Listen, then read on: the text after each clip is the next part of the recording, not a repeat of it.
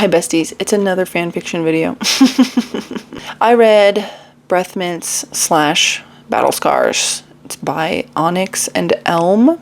None of the lovely, beautiful, wonderful people who commented on my previous Dramione videos recommended this one. And somebody even saw it on my TBR at the end of the video and said I did not like Breath Mints / Battle Scars. That was my warning, and I did not heed it. Let's get through some of the organizational things before we start, shall we? It's about 400 pages, like PDF pages, 149,000 words. Not too bad. 51 chapters. It's third person from Hermione's point of view, but it could be first person, the way she writes. We don't see any of Draco's point of view except he has this journal that he has to write in. It's like court-ordered psychiatric something journal that he has to write in and send in like once a week or something. But we don't get many of those entries and they're quite short. This is set in the 8th year. So after they came back after the battle, so it's like just very few months after the end of the 7th book, they're all back at school. So this is kind of like the Gloriana set type setting. Most of the Slytherins that we know of that are there like kind of on probation, like they have to be there in terms of their probation or something. There isn't much plot beside the romance plot until about 60%. And then it really comes out of left field. And then the actual ending also really comes out of left field. This is going to be full of spoilers.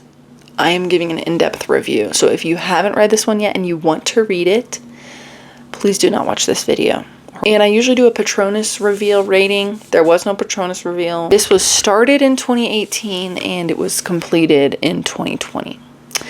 It has an explicit rating. It deserves it. Yeah, it's very explicit. There were some parts, and I'm going to talk about this a lot. There were some parts that were really hard to read. At the beginning of the book, before the first chapter, there's all of the tags. Like this is normal for AO3 or wherever. There's 2 tags at the very end of it. That the first one is emotional / psychological abuse. And then the other one is consensual non-consent. And in my opinion, there also should have been a non-consent tag.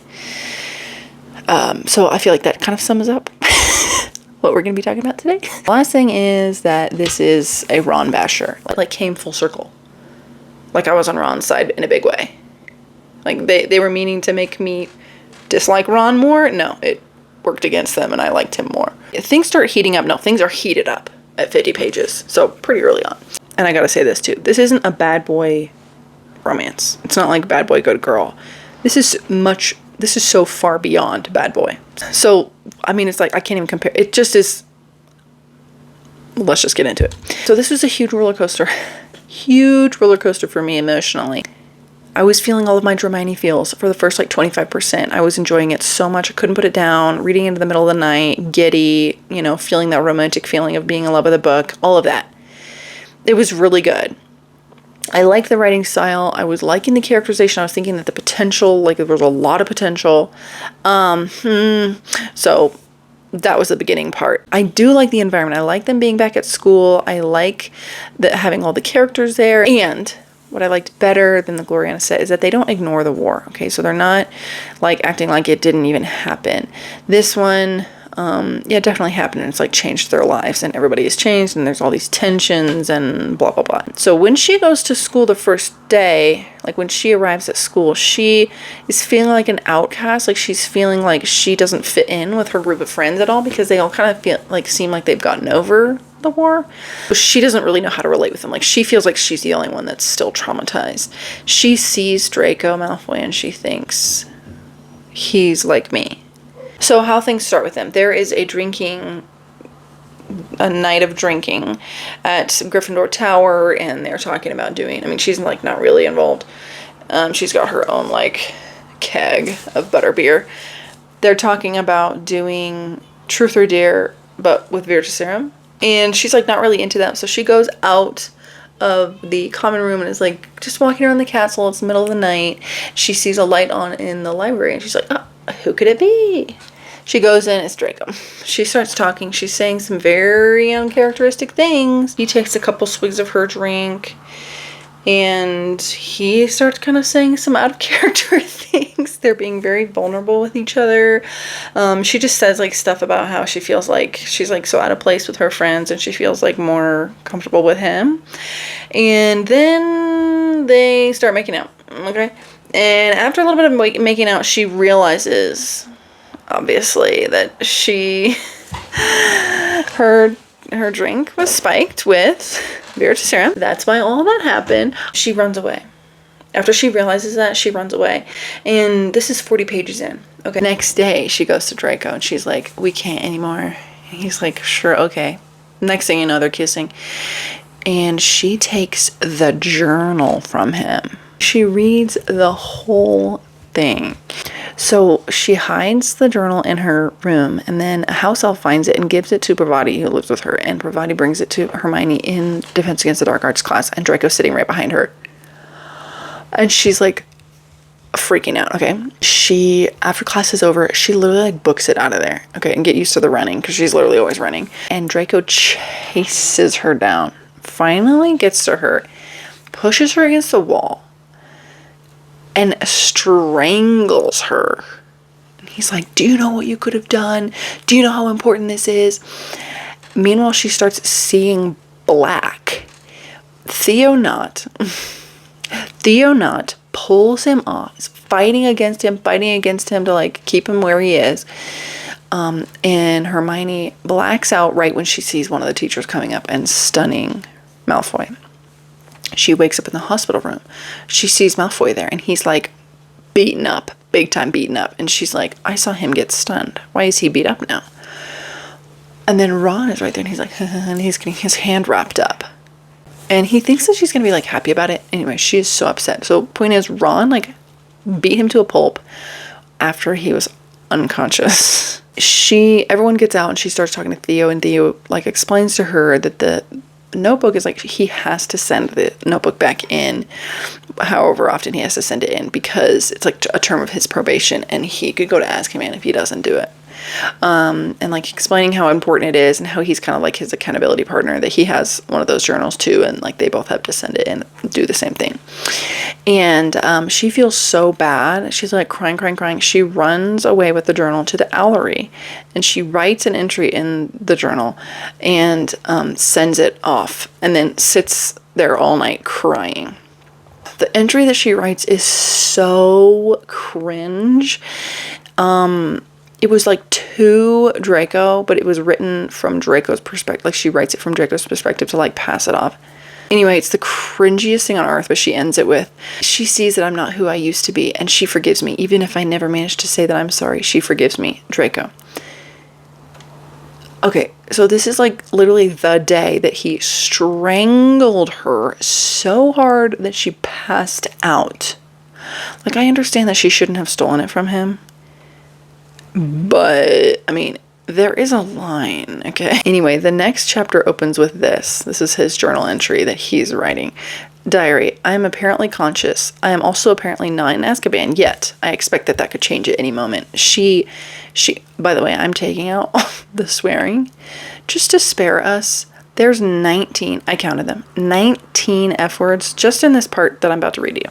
She sent in an entry in my stead for me after she stole it, after I attacked her.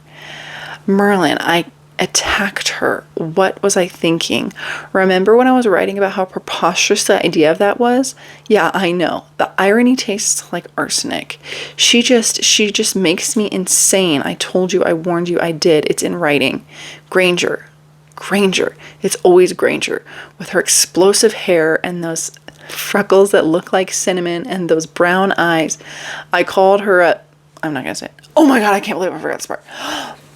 When he's strangling her, he calls her, think of the worst name you can think of for a girl, a lady, and then add mudblood to it. Okay? I'm not going to say it. And I called her I'm not going to say it. I've never even used that word on Pansy. She just, I want to kill her almost as much as I want to kiss her. Okay. So that's his entry. Then they're kind of, you know, they're like in a little tussle. All their tussles are like that. They're not tussles, they're tussles. Okay? You know what I'm saying? They're kissing and she says she forgets to hate him. He says, don't expect me to apologize. I'm not sorry for strangling her. Then they're doing Bogarts in Da Vinci Against the Dark Arts, which I'm thinking, okay, they all did that in third year. Like, this is the same. It's all the same students. It's nobody new. But they're doing it, and she's doing it, and she gets Bellatrix Lestrange, of course. And the Bogart Bellatrix Lestrange literally does Crucio on her, and it, like, works. Insane. But, I mean, honestly, kind of cool, and I mean, I think it makes sense. But anyway, Draco, like, steps forward and gets rid of it, and then it turns into his father. But it's a mirror reflecting his father back on him. Ooh. But she's like, oh my God, why did he save me? She's like about to pass out. She's like, why did he save me? She asks him later and he says, I couldn't just stand there like I did before, not again. And she's like, what are you talking about? And he says, because I couldn't stand there and watch you scream, not again. So you're thinking like, wow, he's like kind of nice. He's like being nice right now. This is like 15 pages later. They're having a fight or something and he's like swearing at her and being mean to her and generally being the worst. And he says, you think you're a prize? She says, no. He says, you think out of a room of hundreds, I'd choose you?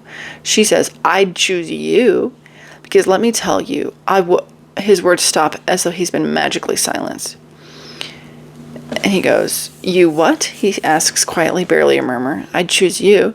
There's a long pause. Don't play the Saint, Granger. That's Potter's job. I'm being incredibly selfish, actually, she says. Wildly selfish. And he says, how's that? And she just pretty much explains that she likes the way that she feels around him. Like, she doesn't have to be polite, and he's, like, so mean, and she hates him, and he's, like, so horrible to her, but, like, she can be herself, which is, like, reason enough to like him, right? Then there's a scene at about 135th page. He goes to the hospital wing because he lost a lot of blood because he was, like, trying to cut his freaking arm off again. Anyway, they kind of save him, or she kind of saves him, and he's just like staying in the hospital wing. She goes to visit him like in the middle of the night, and I guess you can guess what happens, but I am not going to retell the situation. Some people might be into this, but the point is she's inexperienced, and he uses that against her, and he is extremely mean, in my opinion, to her. And she says, after this goes on for like a little while, she says, no. She's crying, sobbing. She says, no, she says again sharply, giving her head a jerk. I'm not letting you do this. I'm not letting you ruin this on purpose. You don't get to make me regret this on purpose. You don't. Do it right. I know you can. And then I guess it starts to go better. But anyway, I hated that so much. I think that like really speaks to some horrible character flaws that I'm not interested in like reading about, period. And so I was like, way to ruin. To me, I'm thinking, this is supposed to be a love story, right? Like, way to ruin it. Like, this is a hate story. And they say it multiple times. They hate each other. Anyway, then what do you know? He does another horrible thing. She sleeps in the hospital wing with him all night, and she wakes up and there's like people about to walk in. So she can't use her wand because it's a whole thing, but she can't use her wand. So he makes her robes, but he makes her Slytherin robes. And she's like so embarrassed that Madame Pomfrey is like gonna notice it. And Madame Pomfrey does notice it. And she leaves and she like runs to the Three Broomsticks to meet Ginny. Like, she plans to meet Ginny there. And she meets Ginny there and she still has these robes on. And like, she had to see a lot of people in these robes. And it's like, why did he, like, and she's like, you're so mean. She even says to him, I'm thinking, that is so rude. That is so, like, he has no warm feelings toward her. He has no care for her. He has no nothing. So anyway, she does end up, so she talks to Ginny and she ends up telling Ginny. And Ginny is pretty much like, well, I don't like him. Like, I actually hate him. So, but I guess I'll support you or something. And Hermione goes on this whole tangent. Not a tangent. She goes on this whole thing about Malfoy and like why she likes him. That is so cringe. It's hard to read. It's like 2 paragraphs, 2 or 3 paragraphs, where she compares them to Jackson Pollock, like a Jackson Pollock painting. And it's kind of like, to me, it's like, not, okay, I would never say that Jackson Pollock is like better in any way than other art. I'm not saying it's not art, but I wouldn't be like, dang, I wish that this Monet was a Jackson freaking Pollock. Like, I would never say, that's not, surely there are some people who think that, but it definitely fell flat for me, because it's like 100% of the time I would prefer a Monet or something like that to Jackson Pollock. I get that it's art, it's got his whole thing, it's all like, you know, it's messy, but come on, like, come on. So I didn't think, that was like the whole point of all she was talking about. He's like, he makes me feel seen, and like, we're so messy, and it's like, but it's fine. Then Hermione decides to stay home, at Hogwarts for Christmas. And during this, and everybody else is going home, but Draco is not. And during this time, she sets up a date in Muggle London with Draco. And it's so cute. I don't know what to think, because he's not a cute character. This is not a cute book. It's like if there was like a cute scene in the middle of Manacled. Like, he's saying sweet stuff, very weird and out of character. Like, I couldn't help it. I had my haunches up during the whole, I was thinking like, what's, you know, like waiting for the other shoe to drop. Anyway, so they're making out on this bench. They come back to the school. They have, you know, a wonderful magical night, and he's still being nice to her for some reason. And I mean, I don't have a cold dead heart, but when I was reading this, I did have a cold dead heart, and it was too cutesy for my cold dead heart. But anyway, next day they wake up. I think it's Christmas Day. They get the Daily Prophet. Here's what it says. War hero and former Death Eater spotted on romantic Christmas excursion. Below it is a massive photograph of the two of them kissing on the edge of the fountain in Trafalgar Square. Skeeter, Draco groans, angrily shoving a bonbon into his mouth. Probably followed us the whole night. Yes, says Hermione quietly, setting the paper down. I paid her to. Honestly, I think in general, that's like kind of a cool thing to do. Had she told the people that are close to her in her life first, I think it would have been a cooler move to kind of prove how she feels about him. But I'm thinking, like, he's the one who needs to prove how he feels about her. He has this whole thing about, like, would you really choose me out of a room of 100 people or 1,000 people or whatever they said? But she does this, and it's like, okay, so what has he done for you? Come on, please. She gets about 10 trillion owls, and she doesn't read any of the mail. And then her, you know, everybody comes back a couple days later. They're in the Great Hall. And Ron, like, walks in. He's fuming. He, like, screams at Hermione. Not screams. He's very upset. Says a bunch of really hurtful stuff. Says that she's a traitor. She betrayed them. And she's nothing. He says that. You're nothing. Hermione is, like, going to be in tears, okay? We're getting close to halfway through the book. Page, like, 190, okay? Now I'm going to say something. We're getting into it, okay? First thing is, after they come back from Christmas, the Gryffindors shun her, pretty much. Gets in fights with everyone. They're being mean to her, bullying her, being petty, whatever. She does not feel welcome there. She goes to breakfast and she sits with the Slytherins because she doesn't feel welcome at the Gryffindor table. Just a little snippet. So she sits down. Draco says nothing as he looks up from his journal, but the expression on his face, the look in his eyes, it is the clearest and most obvious one he's ever displayed to her. A look of pure, vicious satisfaction. Victorious, as though he's just won some long-winded competition. The way his lip pulls crookedly up over his teeth it's evil. It's evil. That's what it is. Because he knows now, for certain, that he has destroyed all of her friendships, ruined her reputation for good, and he is ever so pleased. She wants so deeply to hate him for it, too. Part of her does. The same part of her that has been and always will be against this thing between them, whatever it is. But another part of her cannot help but see the honesty in that expression.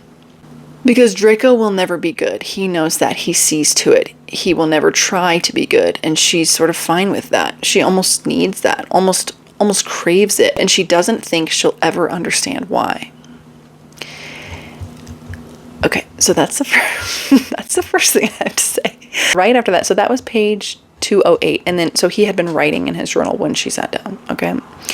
And then we're going to go back to the journal. And this is the journal entry that he was writing when she went to sit down. So this is just like a few days or a day or something after she's pretty much been, you know, she has nobody left because of him. And then also this kind of reveals some plot points that are about to come out because we're at 50%. So the plot is about to start. Diary. Seeing as it is now a distinct possibility that I might die anyway, I am no longer going to answer your asinine prompts. You can report me to whoever you like, but I refuse. Yeah, I'm done. I'm going to write whatever I damn well please. My solicitor sent me an owl yesterday. He has been contacted by Dullish's people. Dullish is one of the R's at the Ministry of Magic. Minions, more like it. Says he's trying to pursue every loophole that might allow me to avoid a retrial. But he's a rubbish solicitor, yeah? So I figured I'm going to trial. And then eventually I'm going to die. And you'll probably be glad you don't have to read this filthy handwriting anymore. I'm happy for you. In the interim, I can tell you it's still immensely gratifying to watch Granger's life fall apart. Practically orgasmic. I did warn her I wasn't her type. Or maybe I just warned you. Still, every time I see her fight back tears, I feel vindicated. I think back to all those beatings I took from Father after we lost the house cup, or I lost to Potter in Quidditch. The ones that ended with him hexing my mouth shut for 2 days, sometimes 3, until I ran the risk of starvation. I'm so glad she's getting a taste of it. I hope it's as sour as vinegar. But I also want to stop those tears before they fall.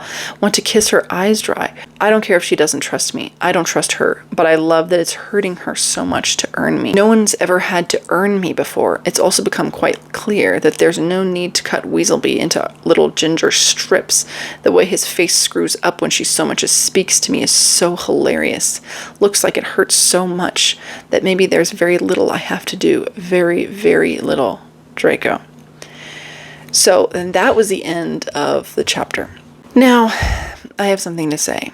And you're looking at me do something else because I have to read this straight from my script. Otherwise, I'm like not going to be able to say it how I want to say it. And I don't want you to just watch me reading. I read a lot of romance. I talk about a lot of romances. It's fairly obvious what kind of male lead I prefer. And to say that our own toxic traits or toxic desires don't bleed into our favorite types would be misleading and untrue. But I feel like I need to make an important distinction. I know what abuse is. I am not naive anymore.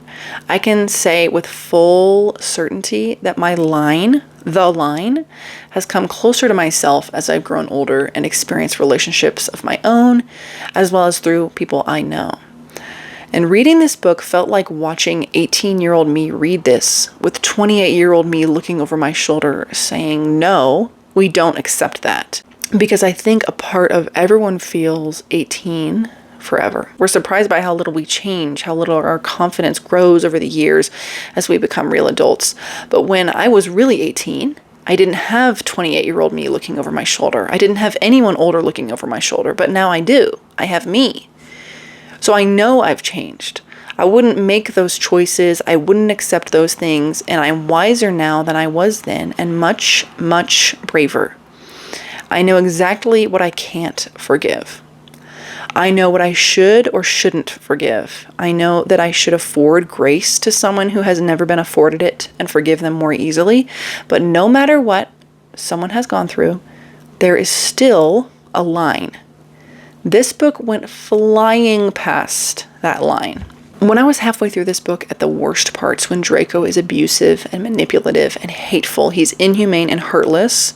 And since he's wounded, he gets this like self-sabotage pass that other people wouldn't be afforded, and he never rectifies it. And she does all the work to heal him so he doesn't hurt her again.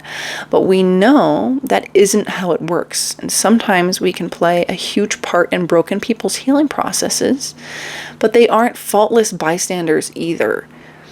They have to do work. And the work can't be finding out that he did something in the past that was good and unexpected and everything's okay now. My bar can be quite low, but it isn't underground. So around that halfway point, I said that I had to stop. I had to stop reading. So a little bit farther than where I've gotten you so far right now.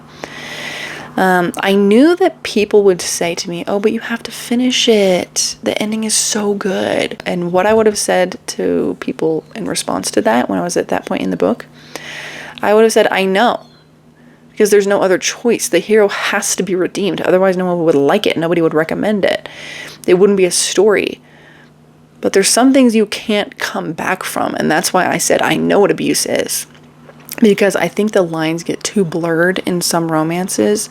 Bad boys turn into abusive boys, and then at the end he kisses it better and says he'll never do that again in whatever grand way that makes the heroine waver. But what happens after the book ends? Because we know what happens in real life and act like we know better than to give that the time of day, but we'll read about it until the cows come home. Just because I like reading about sulky, reformed/reforming bullies with a difficult childhood who's grumpy and defensive doesn't mean that I don't have a line. I do. I am not blind to the fact that these may be things I would forgive if I didn't already know and love the characters. However, that's just the nature of fan fiction. It's not something I'll apologize for. I picked this book up because I love these characters. People are reading this book because they love the characters, not because they love the characters you made up. Am I more mad if my friend gets cheated on as opposed to a stranger? Of course. Of course. I have to be. So using that as a segue, after that scene that I just read about where she sits at the Slytherin table and she sees that Draco is happy about the fact that her life has been ruined, and we also read the journal entry where he's so happy that her life has been ruined. The next chapter starts with a very long author's note. And this really changed my perspective of the whole book, and kind of in a negative way. I don't think this author's note came across the way it was meant to. I will just read it now and then I'll say my thoughts about it. A quick, not so quick note regarding chapter 29. The sheer volume of outrage I received over Draco's recent behavior is honestly very surprising to me. People are talking about trigger warnings and about walking away from this fic entirely, and I'm sort of sitting here like, well, Canon Draco Malfoy is sort of a trigger warning in and of himself, isn't he? And this isn't a fluff fic. I never claimed it was a fluff fic. His behavior is absolutely abusive, and Hermione's is highly unhealthy as well, and I have no intention of just glossing over that with hearts and rainbows and making him into a hero in just a few chapters of measly character development. That would be untrue to me, untrue to the character, and untrue to you. Please remember that this is written from Hermione's point of view, which is flawed. She is an unreliable narrator, and if you zero in on Draco's diary entries, you'll find a lot of evidence that he's still supremely effed up and still coming at his relationships from a confused and vindictive angle. He hasn't had a magical transformation or a grand epiphany. He's just doing the best he can as the messed up, psychologically impaired person he is right now. Many of you have been lovely and supportive of his portrayal in this fic, and I think a lot of you will truly enjoy where the two of them end up at the end of this. But I guess due to popular demand, I'm required to warn you, there is emotional abuse in this fic on both sides, and if you're about to read this chapter, guess what? There's emotional abuse in it. I did my best to tag all the potential triggers I could on AO3 before I even posted the first chapter. Fanfiction has a more limited format, but I love you all dearly, and if it is in your best interest and in the best interest of this fic, I would be happy to hear from you about what to include in a potential warning that I would then place in front of chapter 1. That being said, please don't be a tyrant in my inbox, as some of you have been. Be reasonable, and so will I. I apologize for any pain I have inadvertently caused. I don't want to alienate anyone. I just want to continue to keep this fic as raw as possible. And for my ride or dies, those of you who've stuck with me and trusted me even beyond chapter 29, thank you so, so much. You mean the world to me. But long story short, no, I'm not going to make Draco a sweetheart and a hero. Not a chance. XOXO Onyx.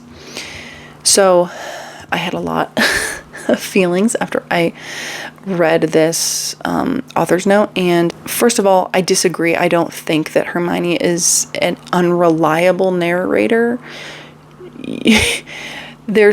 She's not lying to us. She's not hiding things from us. It's very plain that she's unhealthy and she's like not acting right. And it's also very plain that the same is going on with Draco to an even greater extent. I did not like the tone of that note because it seemed like it was blaming the readers for like having a hard time with what was going on in the book. I am not saying that I was like traumatized or anything by the way that he was acting. I wasn't even that surprised. I was just thinking, I don't know if I want to keep reading this because I don't like to read about mean people. When I read the author's note, I thought, okay, he better have an amazing arc. It better be amazing. She says it and they're like, I think you're really going to like where it ends up. But she also is like super condescending. So I don't like her. Like, I don't like the way she went about that. I don't like the way she said those things. And there's no denying that it changed the way that I was reading the rest of the fan fiction from there on out. So I just wanted to put that in here in the middle where it happened in the book, just to say that that's something that happened. A lot of people were upset by his actions. Obviously, readers put comments, you know, they're going to say what they want to say, and it's not usually for the author. It's a lot harder to talk about fan fictions. Like, that's part of the reason I'm doing this here. It is a lot harder to talk about fan fictions. It's a lot more likely that the author is going to see what you have to say. But in this case, it's like, what does she want? People to not have opinions? Like, I don't think people should have been going in her inbox about it, but people are allowed to have opinions about the things that you write, obviously. Something happens that you will find out happens in the next chapter or two that made me feel like she really wanted to stick it to the people who were hurt by those chapters, which when it comes to this kind of subject matter is like, okay, that's over the top. Maybe she already had it all planned out and was all already, I mean, there's a tiny bit of foreshadowing, but the fact is that, like, what we've seen so far is pretty much nothing. Yeah, I just wanted to put this in here. A little interlude. Let's get back to the story. So, hi, I'm back. Sorry, it's later. Hopefully you can still see me. Can you all see me? Can everybody hear me? Sorry. As I was saying, we're jumping back in at a little slightly over 50% of the book. Hermione's life is going really bad because she made her relationship public with Draco. Now, I do want to make a note on the author's note, which I just talked about. Obviously, I've been thinking on it all day. I've actually been thinking about it for many days. But one thing that I wanted to say was, I was thinking about, like, why, you know, I want to be introspective. I want to think about this. Why did that note bother me so much? The author is obviously, you know, she can have her opinion about it. If this is the way she wants her characters to be, what is the big issue for me? Especially since I do read dark romance. A lot of these fan fictions have been dark romance. I'm not, like, immune, you know, like, I have liked many dark romances. I think where the issue comes, she's frustrated with her audience for being mad at the lost potential. Okay, that's what I think this is. Of course, there are people who are really upset about the trigger warnings and that side of it. However, I imagine, knowing this group or this fandom, that the majority of the anger and, like, annoyance and, like, whatever is from, obviously they feel like they know these characters. We feel like we know these characters. And it could have been so good. It could have been so good, okay? And the fact that he's, like, mean in the beginning is whatever to us, you know? It's the fact that at 50%, when they're already in love, when they've already done everything and they've told her friends, we are not seeing any change in him. She's like, well, he's not going to change in a couple chapters. Okay, so when is he going to change? When is he going to change? That's all we need to know. She says he's going to change someday. Now, the author's note made me more upset after I read the whole book, but that's a separate issue. I think that's what it mostly comes down to. It comes down to, it could have been so good. And I know already that it's not. It's already not. It's already ruined. It's already past what we want, you know. So we're leaving the author's note behind. We are moving on to the next thing. This is at page 223. This is past that. She's been essentially ostracized 100% from Gryffindor. She's spending time with Draco, but she's, like, kind of getting the cold shoulder a little bit from him. We still haven't gotten any news really as far as the plot goes, though he's getting more, like, sure that he's going to be getting arrested at some point. Another thing that happens is, okay, so she's been sleeping in the Slytherin common room, kind of making friends with them, being chummy. I'm loving it because I love the Slytherin characters in this. Like, they're all top notch. Kind of getting to know them, but it's like kind of weird with Draco. Anyway, one of the days that she's trying to get in, he's like coming out and he's like, oh, come with me. I'm going to the astronomy tower right now. I have this thing that's due today. So he starts, like, they go up to the tower and she's just kind of hanging around and he starts doing the homework. And she's like, wasn't this due like forever ago? And he goes, yeah, today's the last day to turn it in though. And he finishes it pretty quick and he tosses it aside. Anyway, they start getting comfortable. They are in the middle of it, okay? And it's like just in the worst way, okay? It's very hot and heavy. Things cut off. Something loud hits the floor. Heavy, a deep thud, like books. They both jerk. They're like against the wall. Draco's rhythm cuts off abruptly. She gasps. And his teeth... I want to read this. Anyway, she whips her head to the side. She can't understand it. And I knew... I was like, my peripheral vision. I can't help. I'm reading the next lines. Like, even without reading them, I'm reading them. I just do... I can't read past this. Okay, it was like middle of the night at this point. I was like, I can't... I literally cannot read past this. I was like, I can't read past this. Can't comprehend it. Can't fathom that it's Ron. It's Ron, standing at the top of the stairs, his book bag on the floor, and his mouth is agape, and his eyes they're wide and horrified and disgusted and disbelieving and so many things. Too many things at once. They're frozen, all three of them. There is no conceivable way to hide what they're doing, and yet her frazzled thoughts are still wondering if it's possible. If there's some excuse she can make, some lie she can tell. Ron, she rasps out, voice broken, a croak. He doesn't pick up his bag, just puffs out a short, furious breath as his torturer's eyes flit between them once more, and then he's gone. Down the stairs as quickly as he came. Quicker. She says, oh my God, she whispers, and there's no tone to her voice, just air. Her chest throbs, and she forces herself to look away, to look at Draco and hope for some semblance of advice or of a plan, of comfort, of anything. But what she sees makes her nauseous, abruptly and physically ill. She takes in his passive gaze and his stony expression with horror, can't understand, can't fathom, can't breathe. You knew. So I actually did. I actually did finish reading that, and I regretted it. And I had to put the book down. I had put it down for a full day, which was saying a lot because I had been reading it literally constantly. This is what I mean by non-con. There's some other things as well, but mostly this scene, and this happened all after all of that. And she was like, "How can my readers dislike that? Come on, it's Draco. We know him. He sucks." And I just felt like, okay, it's over. I cannot root for them anymore. I can't root for him in any capacity. And if she goes back to him, I can't root for her either. I mean, I just can't, any of it. So let me just read the beginning of the next chapter. Just going into, confirming that he knew. He doesn't move, not an inch. His eyes are cold and hooded and masked.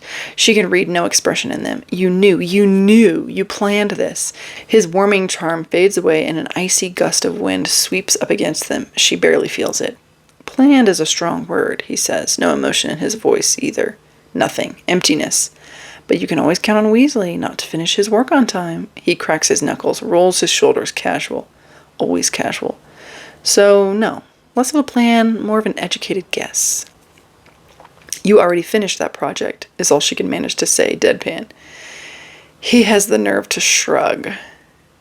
So, it's horrible. Okay, she goes straight to Gryffindor Tower and apologizes while she walks in, and Ron is sobbing.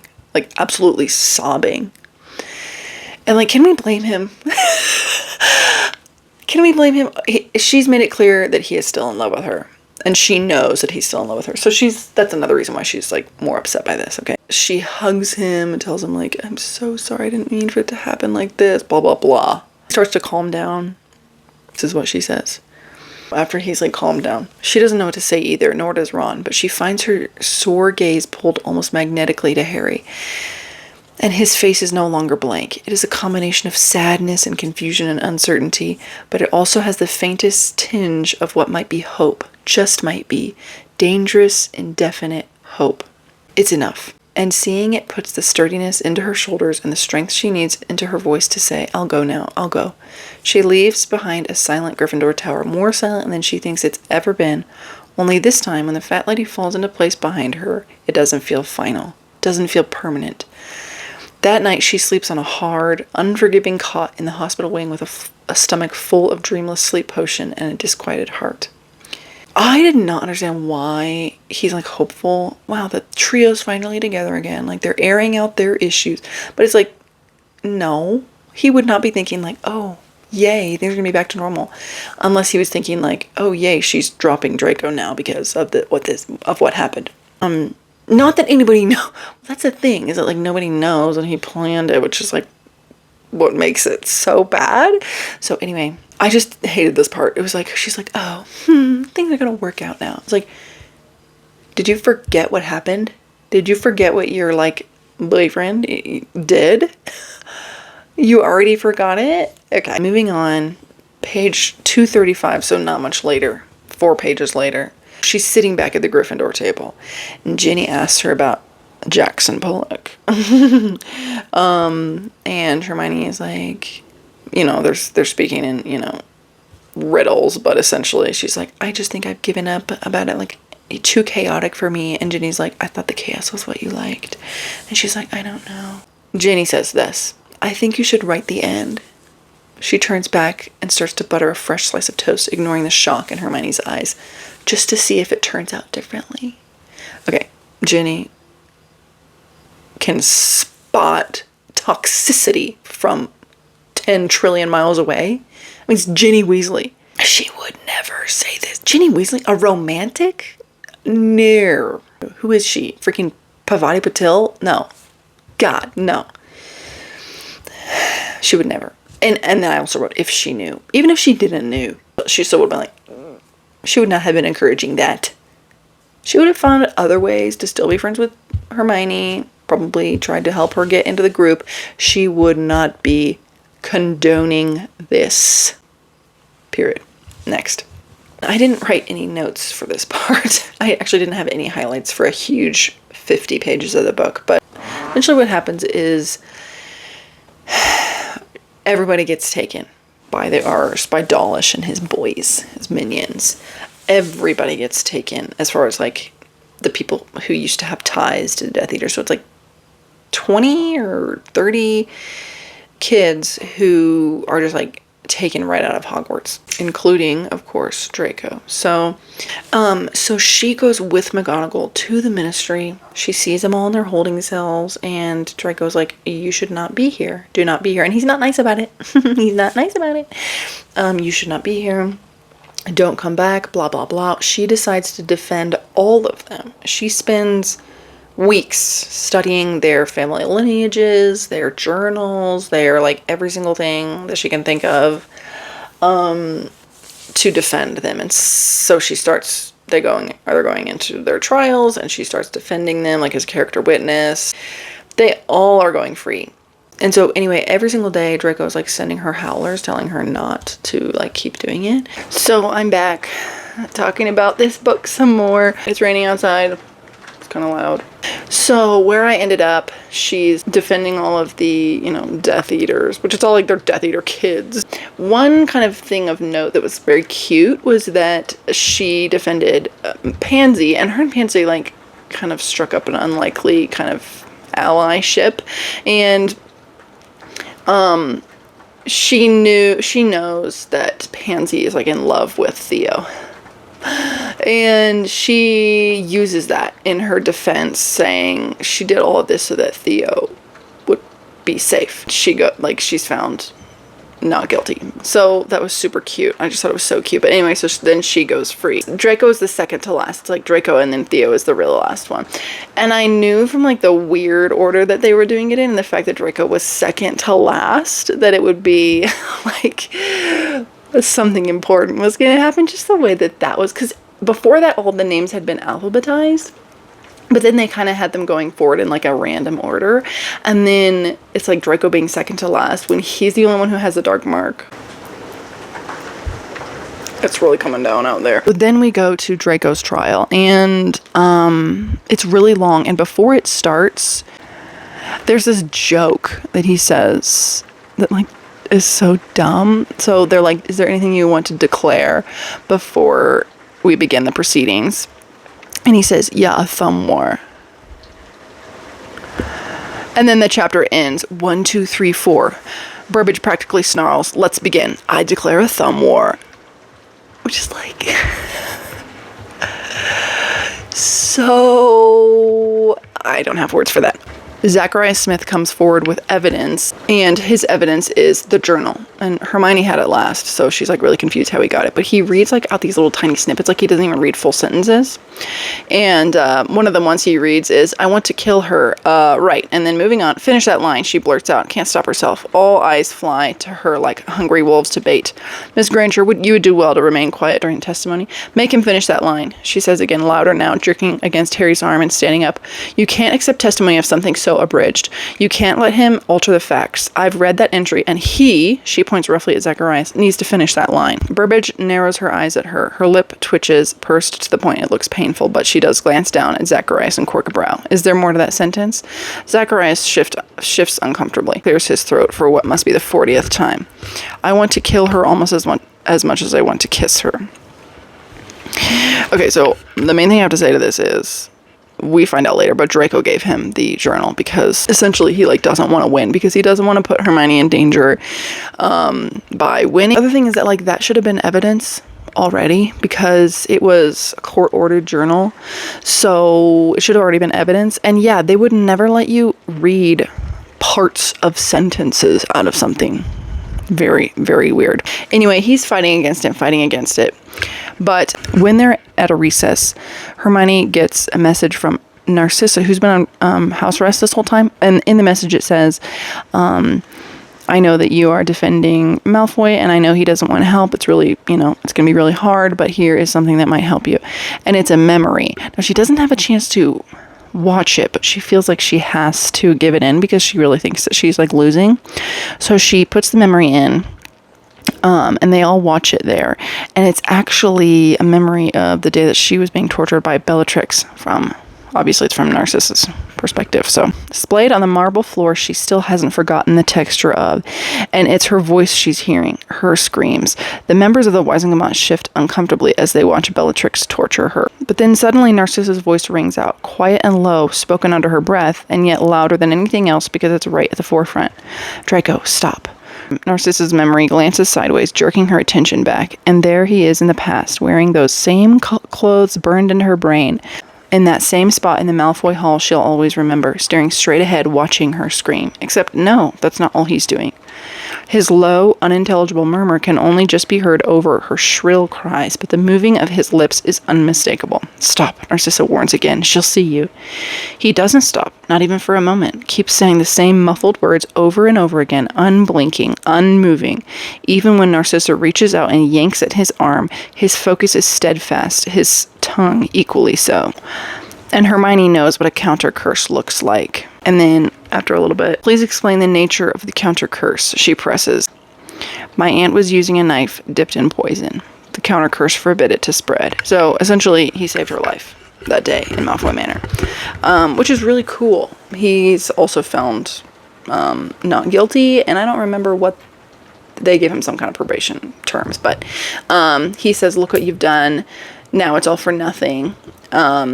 Like saving her was all for nothing because he's like convinced that he's going to get taken and killed.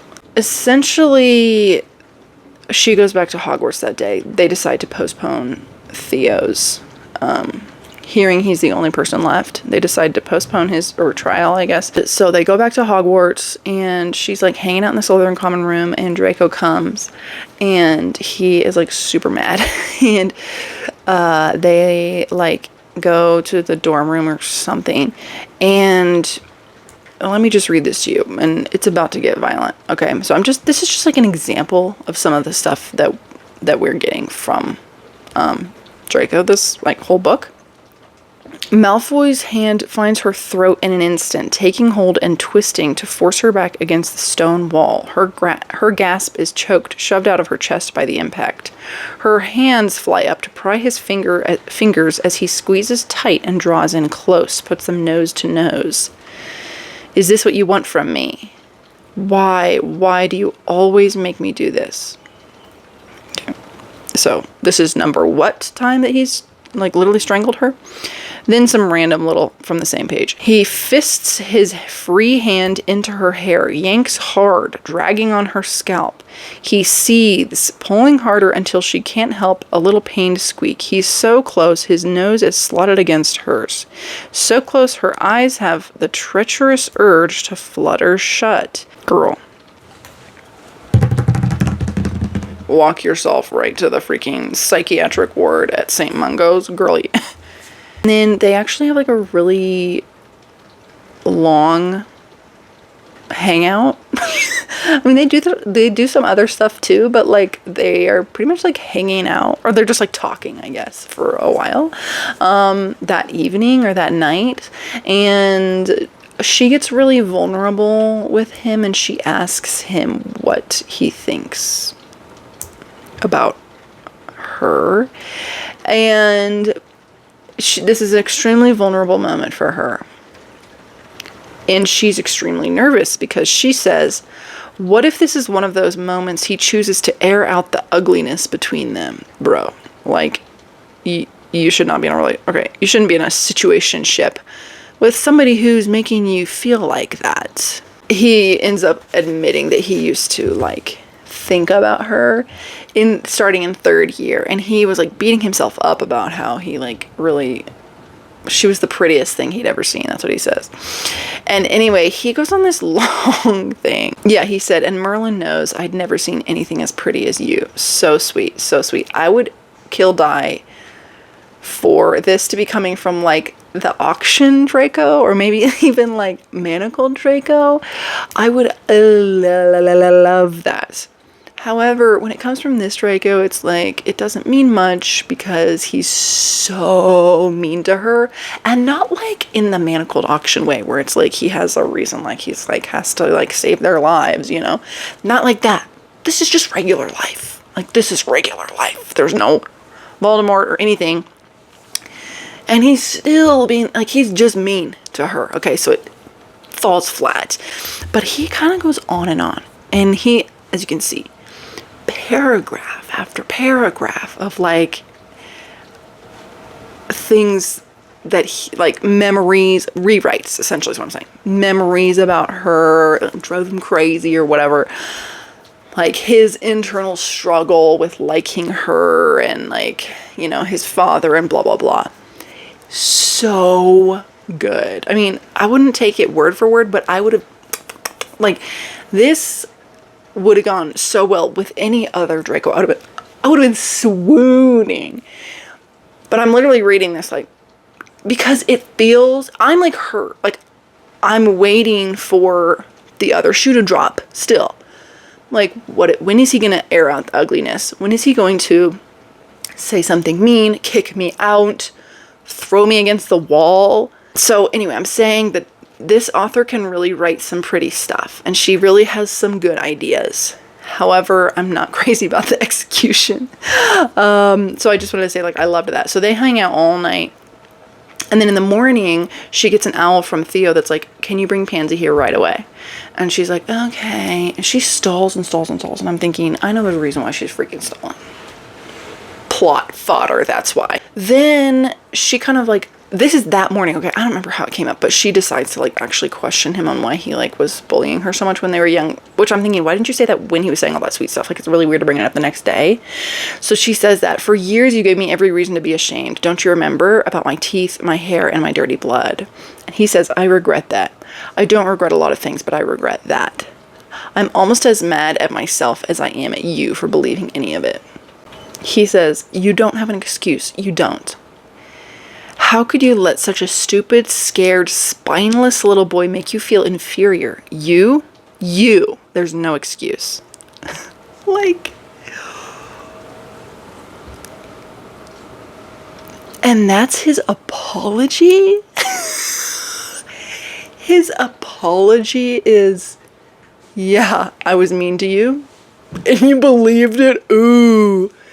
It's like the ironic part of this is that like he's literally belittling and bullying her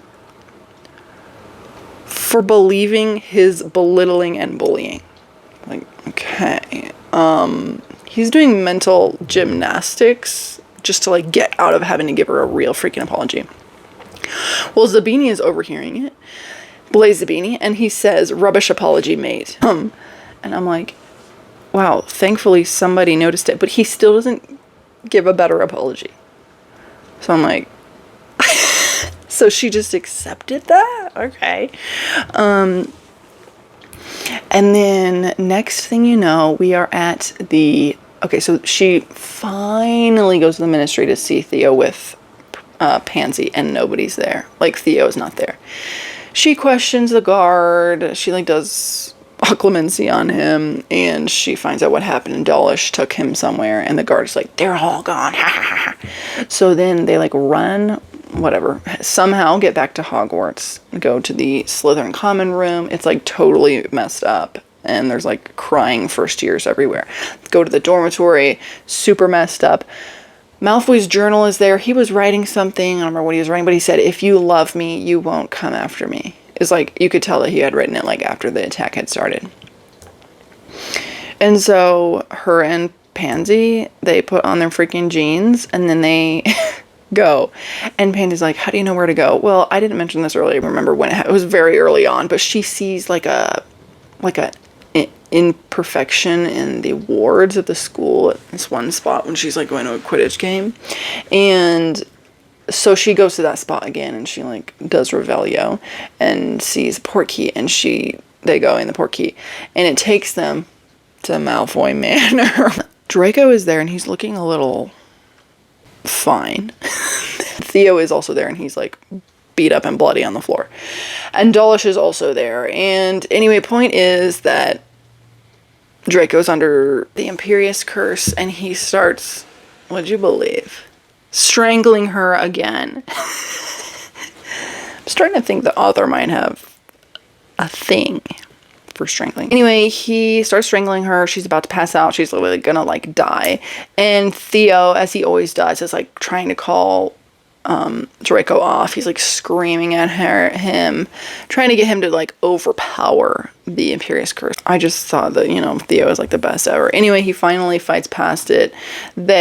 He kills Dawlish, and a bunch of other R's come, and they fight all of them, and then some Order members come. She passes out at the end. I don't remember when, but anyway, she wakes up, and I'm pretty sure she's like actually in St. Mungo's. Yeah, she's actually in St. Mungo's, and she sees Ron, and she sees Harry, and she sees Narcissa Malfoy, and Narcissa gives her a letter from Draco, because she's like looking around for Draco, and everyone's like, oh, Harry tells her we don't know where he is. So Narcissa gives her a letter, and this is where things are really starting to but the letter is really long, and it's like about how much he loves her something, and how he has to do something about like he's not going to let him hurt her anymore. He's not going to put her in those circumstances again, and he needs to heal, and she needs to heal. And he says, "I've spoken with the minister and with McGonagall, and as of this morning I've surrendered my wand to the ministry. I've signed a binding contract that states I'll never engage in wandless magic, brew potions, or attempt to apparate. In exchange, I won't have to return to Hogwarts, and I won't stand trial for my actions yesterday. From this moment on, I am no longer Malfoy. I am no longer a wizard. I am a Muggle." He says that he's going into the witness protection program, even though like all the people who were after him are dead. Leaving my name and identity behind, forfeiting my inheritance, and I will never see you again. I don't know what's left to say. You already know I love you. I promise not to say it again. What is with the freaking dramatics? Okay. So she then spends 2 years trying to make a tracking potion wherein she can track the person that you know, she has to put something in the potion from that person, and she can track where they are and see them and then apparate to them. So she does that after 2 years, and she finds him like living in some seaside cottage, and he's like literally living like a muggle.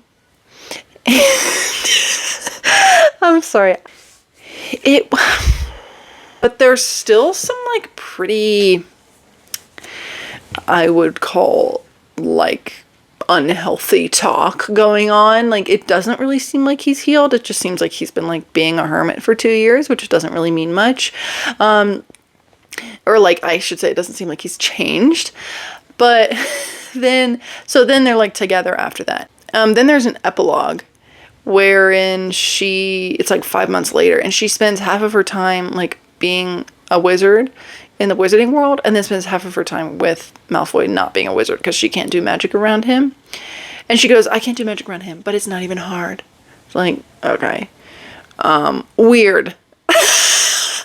Really weird dynamic. And that's why I said it came out of nowhere. I was like, you're becoming a muggle and that's gonna solve all your problems. So I thought that it was so weird.